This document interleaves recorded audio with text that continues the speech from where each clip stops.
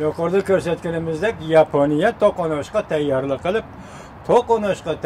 qilib, Jungo kelgusida an'anaviy qudratli davlat Yaponiya bilan harbiy to'qnash paydo qilsa, Yaponiya o'zining atrofidagi orollardan to'liq foydalanishga tayyorlik qilib qo'ydi.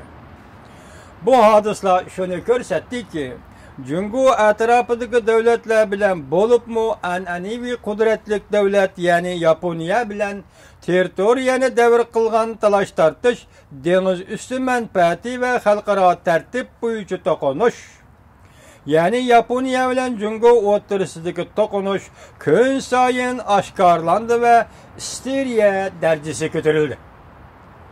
Yüksek dereceye götürüldü, bu aşkarlandı. Matbuatlar görmüşsün, lekin Yaponiya matbuatlarına digine qaraganda bu aşkarlandı ve ahiri isteriya derecesi götürüldü. Kızıp ketiş derecesi götürüldü. Mundaq vaziyat aslında Rusya, Jungo ittifaqdaşlığı ve Amerika, Yaponiya, Avustraliya, Merkezi ve Filipin, Vietnamda tayanç noktası qilgan ittifaqdaşlık ve bundan kelib chiqqan ikkilamchi so'q munosabatlar urushi umumyuzlik başlandı. Xabarda shunday ko'rsatildi. Demek bu yerda Rusya Jungo ittifaqdaşlığı deb eg'izga oldi. Yaqindan bir yetib kelgan 5-6 parcha maqolaning mazmunini qarasak, Rusya bilan Jungo o'rtasida ittifaqdaşlık yo'q.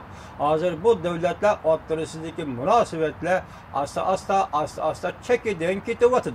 Lekin abtur bu yerda Rusya Jungo ittifaqlashdi deydi. Mushu abzasning oxirini yana bir o'qitay do'stim. To'qnash, ya'ni Yaponiya bilan Jungo o'rtasidagi to'qnash kun sayin oshkorlandi va isteriya darajasiga, qizib ketish darajasiga ko'tarildi. Mundaq vaziyat ostida Rossiya Jungo ittifaqdoshligi va Amerika, Yaponiya, Avustraliya, Merkezi ve Filipin, Vietnamda tayanç noktası qilgan ittifaqdoshlik va bundan kelib chiqqan ikkilamchi so'q munosabatlar urushi umumyuzlik başlandı. Bo'libmi diqqat qildigan bir nuqta shuki deyildi xabarda.